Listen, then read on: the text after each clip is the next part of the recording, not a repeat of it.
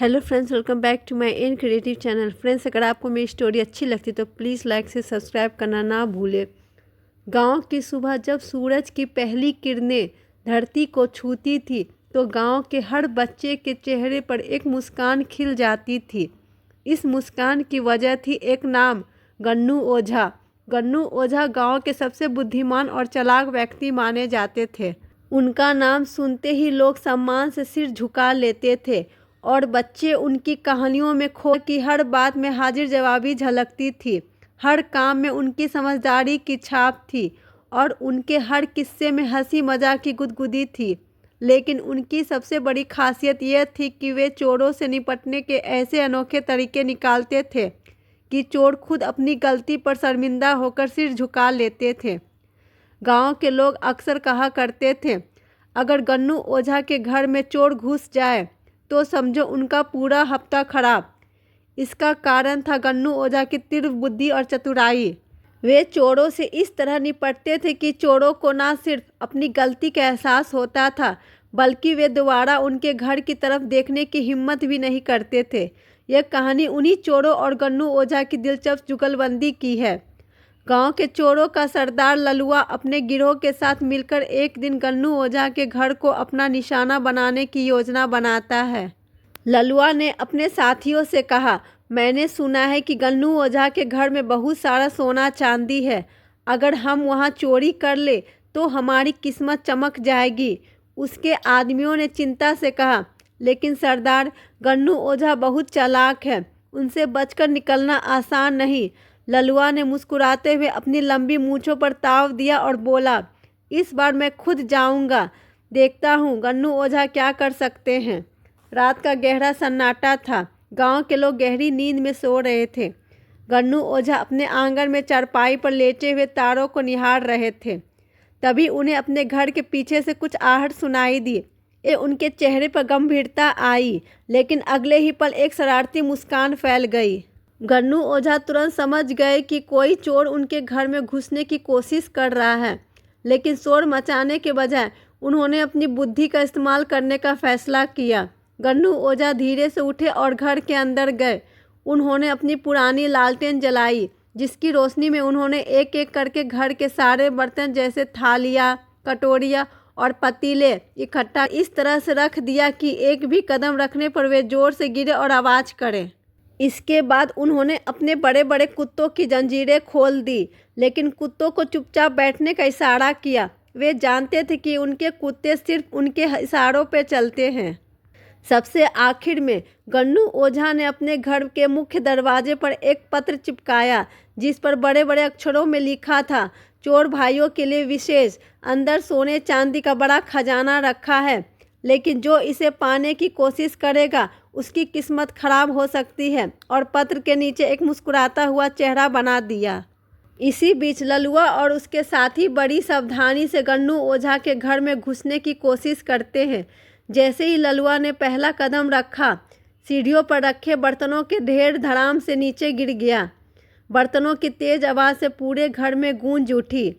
ललुआ और उसके आदमी डर जाते हैं, लेकिन वे सिर्फ एक हादसा समझकर आगे बढ़ते हैं।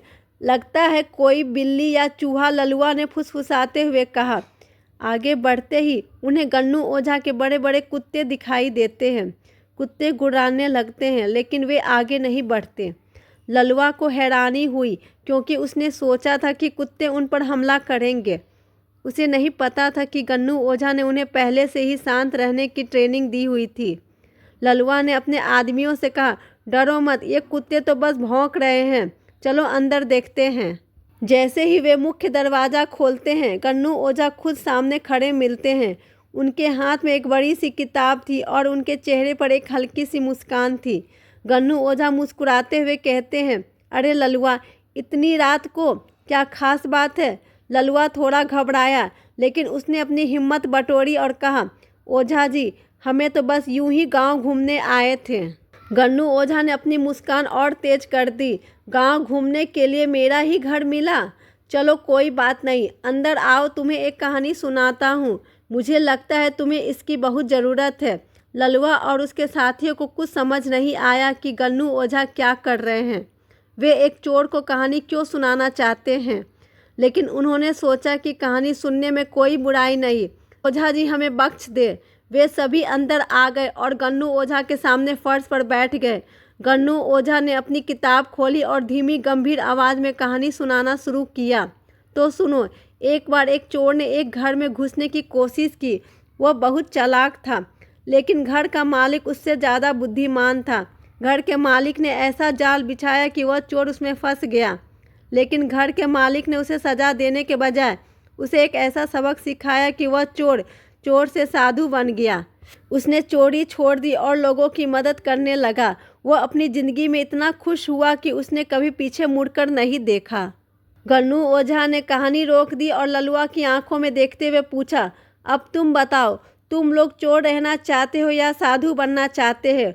ललुआ को समझ में आ गया कि गन्नू ओझा मजाक नहीं कर रहे। उन्होंने साफ साफ कह दिया कि वे उनके जाल में फंस चुके हैं। ललुआ ने अपना सिर झुकाकर कहा, ओझा जी हमें माफ़ कर दो, हमने बहुत बड़ी गलती की। हम यहाँ चोरी करने आए थे, लेकिन अब हमें समझ में आ गया कि आपसे बचकर निकलना नामुमकिन है। गन्नू ओझा ने ज़ोर से हंसते हुए कहा, हा हा हा, चोरी करने आए थे? अच्छा, तो अब मेरी एक शर्त माननी पड़ेगी। ललुआ ने बिना सोचे समझे कहा, आप जो कहेंगे हम वही करेंगे। गन्नू ओझा ने कहा, तुम्हें अगले 1 महीने तक गांव के सारे गरीब लोगों की मदद करनी होगी। उनके लिए पानी भरना, खेतों में काम करना और उनकी सेवा करना। अगर तुमने ऐसा किया तो मैं तुम्हें माफ़ कर दूंगा और तुम सच्ची खुशी पा सकोगे।